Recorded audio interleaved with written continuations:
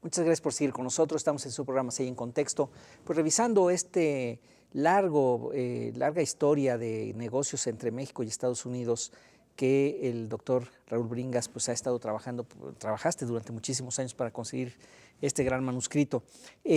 Raúl, en ese sentido, decíamos, estos primeros años del siglo, donde España está con problemas tremendos, Napoleón invade España, toma como prisionero a Fernando VII, pues es una de las causas principales de la propia independencia de sus colonias. Estados Unidos, ¿qué está haciendo ahí y cómo lo relacionarías con México en términos de negocio? Bueno, yo creo que esa es una de las partes más interesantes. Poca gente lo sabe, pero a veces pensamos en Miguel Hidalgo como el padre de la patria. Más bien es el padre de los negocios con Estados Unidos. Él tuvo la idea, como iba saqueando las ciudades españolas, bueno, mexicanas, novohispanas, las iba saqueando, iba obteniendo mucha plata, pero con plata no se ganan las guerras, necesitaba armas. Y el rifle de Kentucky era el arma más avanzada de la época, muy precisa, hecha para matar animales en el bosque y muy buena para matar humanos, ¿no?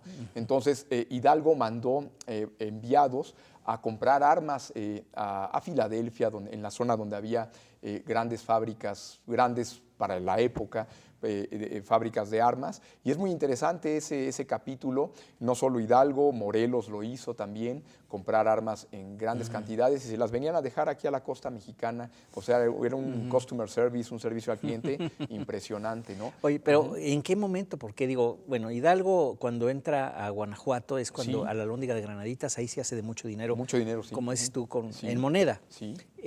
Además de la matazón que hizo, ¿no? Sí, sí. O hicieron. De ahí manda a comprar armas, entonces, con ese dinero. Sí, de hecho hay una expedición muy interesante con 4 carretas cargadas de plata que manda Hidalgo y van por Texas, los capturan, los ejecutan y se queda con la plata el Imperio Español. Hacen un segundo intento vía marítima y el que tuvo más éxito en eso sí fue Morelos, porque Guerrero, Guadalupe Victoria también hicieron eso, ¿no? Pero es impresionante a veces pensar en cómo el tráfico de armas es algo tan grave en este momento y fue el inicio de la relación a gran escala entre México y Estados Unidos, la relación comercial, ¿no? Fíjate. Y por parte de los padres de la patria. ¿Sí? Sí, que buscaban entonces. Bueno, ese fue un tema durante todo el siglo XIX también de fundamental importancia, Sí, ¿no? sí. ¿Quién tenía la manera de hacerse de armas? De armas, sí. Y Estados Unidos siempre fue quien las proporcionó. Siempre proporcionó, sí. Sí, sí. Pero bueno, entonces regresamos un poco en el tiempo. La independencia de México,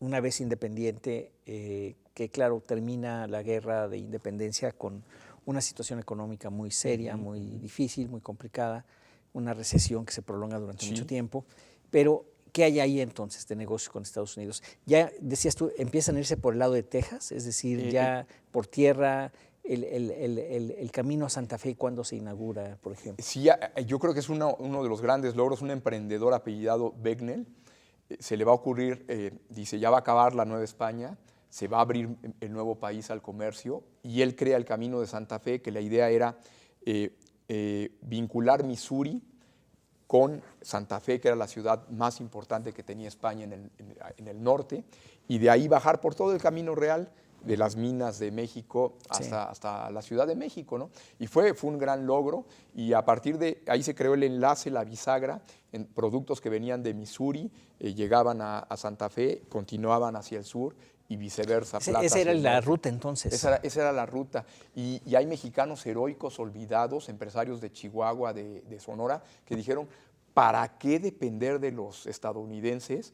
E hicieron el camino en el sentido opuesto. Hay uno que tuvo incluso el plan de colocar una oficina en Nueva York y controlar no solo hasta Missouri, sino hasta Nueva York, el comercio por el Camino de Santa Fe. Gente visionaria, emprendedores de la época, olvidados totalmente por la historia mexicana. ¿Y sí lo logró o no? Lo lograron, pero tuvieron que sufrir el racismo de la época, los ataques de los indios, de grupos armados, de delincuentes estadounidenses.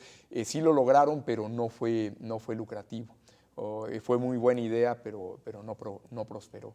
Y pero quedó abierto, una vez con la independencia de México, quedó abierto ese camino de Santa Fe, que funcionó 50 años y fluyeron las cosas, los productos, luego hasta California, ¿no? Así es. Sí, ya para esas épocas, digamos, a la primera mitad del siglo XIX, ¿no? Estamos hablando más o menos de ese tiempo. Sí, que tenemos ahí... dentro de esta misma recesión, pero sí se empieza a abrir el comercio hacia el norte. Hacia el norte, sí. Y se habla de mucha contrabando de plata, pero obviamente contrabando, yo no estoy muy seguro de entender qué significa, porque si alguien tiene plata y la manda a Estados Unidos, la está contrabandeando, está sacándola, algo le dan a cambio. Sí. Y que normalmente pues será mercancía para poderla traer acá, ¿no? Entonces, pues entonces es más bien exportación de plata e importación de bienes, ¿no? ¿O cómo lo ves tú? Bueno, yo soy de mente muy liberal en comercio y yo siento que contrabando es porque el Estado determina que es contrabando. Para mí los contrabandistas son hombres de negocios como cualquier otro, a los que simplemente una norma los convierte en contrabandistas. Y tocas un tema muy interesante, porque algo en lo que yo creo que rompo con gran parte de la tradición de la historia económica mexicana en este libro es: siempre se vio a Gran Bretaña y a Francia como los socios comerciales de la primera mitad del siglo XIX de México. Y no, yo rompo con ese mito. ¿Por qué? La única razón por la que Francia y Gran Bretaña eran los mayores socios comerciales de México es que sí se registraba gran parte de la mercancía de ellos que entraba. Pero en el caso de Estados Unidos era prácticamente contrabando. Y tú dirás, ¿cómo puedo yo argumentar eso? ¿Con qué va? No hay datos, pero hay muchas crónicas, incluso de enviados de cónsules, que dicen, no, pues el 80% de la mercancía que entra a México es de Estados Unidos, solo que no entra por los canales legales. Y es a veces un error de los historiadores económicos basarse únicamente en las cifras, como si en la actualidad nos basáramos nada más en lo que está legalmente configurado para determinar el tamaño de algo, ¿no? Sí. Es interesante también porque efectivamente sí hay, digamos, se expande mucho hacia el norte por tierra, y la guerra, digamos, vámonos a la independencia de Texas de 1836, ¿no? Ahí sabemos que los norteamericanos van bajando y van penetrando hacia el oeste, y llega un momento en donde hay pues mucha población de origen anglosajón. Y ahí, en términos de negocios, pues me imagino que antes de la guerra pues convivían unos con otros. Y ¿cómo era la relación ahí entonces? Sí, llegaron los colonos estadounidenses a Texas y curiosamente de inmediato se forjaron unos vínculos maravillosos entre los tejanos, los mexicanos y los colonos estadounidenses. Los pobres pudieron finalmente trabajar en trabajos muy, muy básicos, al lado de los esclavos, muchos de ellos. Los ricos de San Antonio hicieron muy buenos negocios, incluso casaron a sus hijas con estadounidenses.